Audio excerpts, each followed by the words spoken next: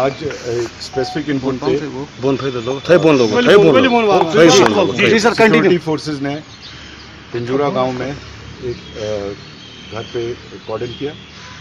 कॉर्डन करते वक्त वहां फायरिंग हुई और उसके जवाबी कार्रवाई में 4 टेररिस्ट मारे गए। सर, उनके नाम और पहचान और क्या किसी अभी उनकी शिनाख्त नहीं हुई है, लेकिन उनके कब्जे से काफ़ी भारी मात्रा में असला और एमुनिशन मिला है। सर, ये काफ़ी बड़ी कामयाबी है सिक्योरिटी फोर्सेस के लिए और हम उम्मीद रखते हैं कि इससे जो टेररिस्ट ऑर्गेनाइजेशंस हैं जो साउथ कश्मीर में ऑपरेट कर रहे हैं उनको काफ़ी धक्का लगेगा और यहाँ का जो माहौल है वो और सिक्योर है। सर, किसी बड़ी की सर इनका इन्वॉल्वमेंट था?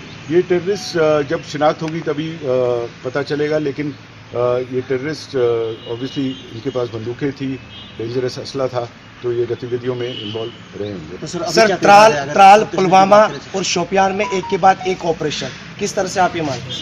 ये पूरे साउथ कश्मीर में पिछले दिनों में काफ़ी ऑपरेशंस हुए हैं और वो सिक्योरिटी फोर्सेस के लिए काफ़ी बड़ी कामयाबी। सर, वीडियो जो वायरल हो गया तालिबान, इस बारे में मैं अभी कुछ बात नहीं करना चाहूँगा। सर, साउथ कश्मीर में अभी मिलिटेंटों की कितनी तादाद है?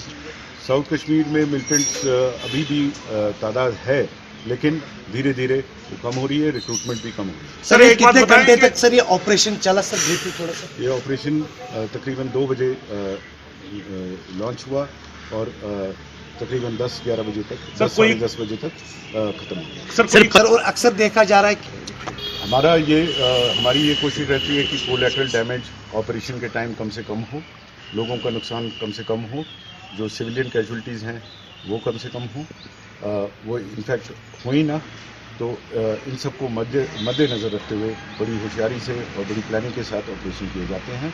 उसी के तहत हम अनाउंसमेंट्स भी करते हैं और साथ में एक और रीज़न है, ये कोविड होने की वजह से हम चाहते हैं लोग अपने घरों पे रहें ताकि बीमारी उन पे ना फैले।